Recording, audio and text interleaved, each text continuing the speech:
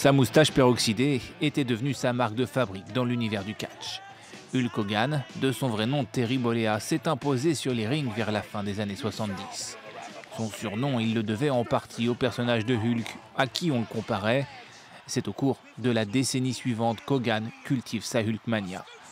Il popularise très largement le catch auprès du grand public et devient l'un des meilleurs ambassadeurs de ce sport. Sa célébrité, il la cultive aussi hors du ring, à Hollywood, à la télévision, mais aussi en faisant la promotion de toutes sortes de produits tout au long de sa vie. En gros, une vraie bière américaine fabriquée ici en Amérique par des Américains pour des Américains et devinez quoi, les propriétaires vivent ici. Mais Hulk Hogan multiplie aussi les scandales. En 2012, il apparaît dans une sextape avec la femme d'un ami. 3 ans plus tard, il est viré de la WWE, la fédération de catch, pour avoir tenu des propos racistes.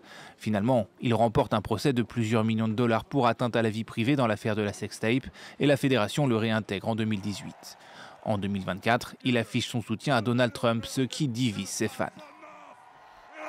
Trop, c'est trop. Je dis, laisse la frénésie Trump se déchaîner, mon frère. Laisse la frénésie Trump régner à nouveau. Laisse la frénésie Trump rendre à l'Amérique sa grandeur. Hogan n'en a pas pour autant fini avec le catch. En avril dernier, il annonce son intention de devenir commissaire de la Real American Freestyle Organization pour une approche du sport qu'il veut plus spontanée. Les gens pourraient être surpris, mais le catch, c'est le catch, mon frère. J'ai sauté sur l'occasion de m'impliquer dans cette cause. Je crois vraiment que nous sommes sur la bonne voie pour être aussi puissants que l'UFC, la WWE ou n'importe quel autre organisme.